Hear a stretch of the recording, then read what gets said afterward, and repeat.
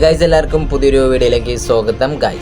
Guys നാളെയാണ് Kerala Blasters versus Bangalore മത്സരം. Guys അതിനെക്കുറിച്ച് പറയുന്നു വെച്ചാൽ കേരളം നാളത്തെ മത്സരം ജയിക്കണം.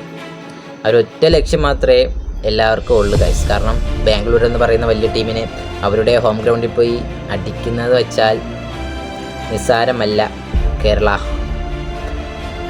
അതൊന്നും ഓർക്കണം കേരളം. കാരണം ബാംഗ്ലൂർ കേരളത്തിനെ ഹോം ഗ്രൗണ്ടിൽ തോൽപ്പിച്ചതാണ്. എന്നാലും കേരളം വലിയ ടീമാണ് ഗൈസ്. കേരളത്തിൻ്റെ ഒരു കുഴപ്പമെന്ന് വെച്ചാൽ ഈ ലെവലിൽ കയറാം. അതൊന്നും മാറ്റിയാൽ നമ്മൾ സന്തോഷമായി. കാരണം കേരളം ജയിക്കണ കാണാനാണ് നമുക്കിഷ്ടം, ആരെങ്കിലും തോക്കണ കാണാൻ. എല്ലാ കാണികൾക്കും അറിയാം. കാരണം ഈ ലെവൽ ഇത്രയും കയറിയിട്ട് പെട്ടെന്നൊരുറപ്പും എന്ത് ചെയ്യാൻ.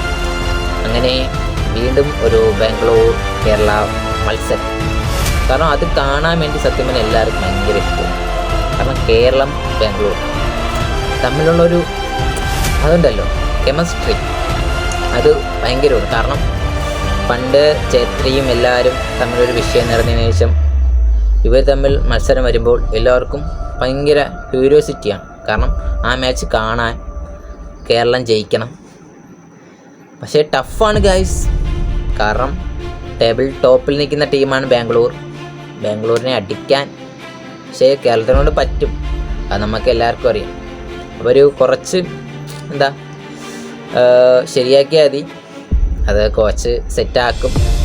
എല്ലാവരും കോച്ച് കാരണമാണ് ടീം തോക്കുന്നതെന്നൊക്കെ പറയുന്ന കേട്ട്. പക്ഷേ എന്നാലും പുതിയ കോച്ച്, പുതിയ ഫോർമേഷൻ, ചില പുതിയ പ്ലേയേഴ്സ്, ചില പരുക്കുകൾ കാരണം കേരളത്തിന് കളിക്കാൻ ഭാഗ്യമില്ല. സത്യം പറഞ്ഞാൽ കേരളത്തിന് ഭാഗ്യമില്ലാതിട്ടുണ്ട്.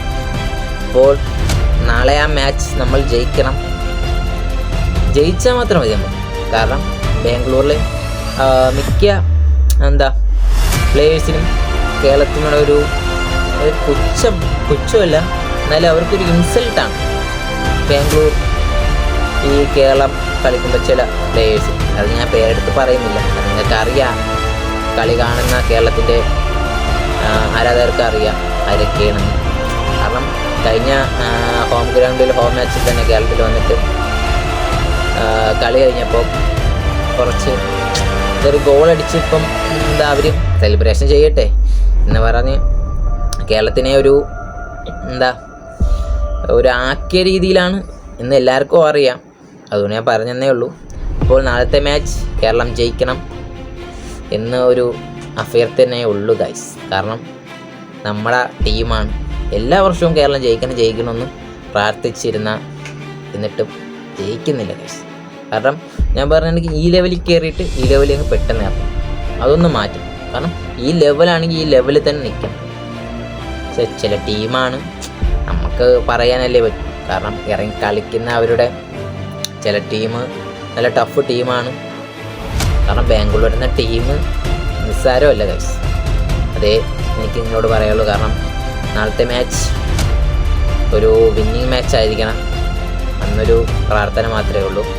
എല്ലാ കാണികളും അങ്ങനെയാണ് പ്രാർത്ഥിക്കുന്നത്. കാരണം ബാംഗ്ലൂരിൻ്റെ ഹോം ഗ്രൗണ്ടിൽ പോയി അവരെ അടിക്കണം, കാണാൻ വേണ്ടി. കാരണം എല്ലാ വർഷവും അങ്ങോട്ടും ഓടിക്കും ഇങ്ങോട്ടും ഓടിക്കും, അതാണ്. കാരണം ഈ റിവഞ്ച് എല്ലാ വർഷവും നിർത്തിയിട്ട് പോകുന്ന ടീമാണ് കേരളവും ബാംഗ്ലൂരും. അത് എല്ലാവർക്കും അറിയാം.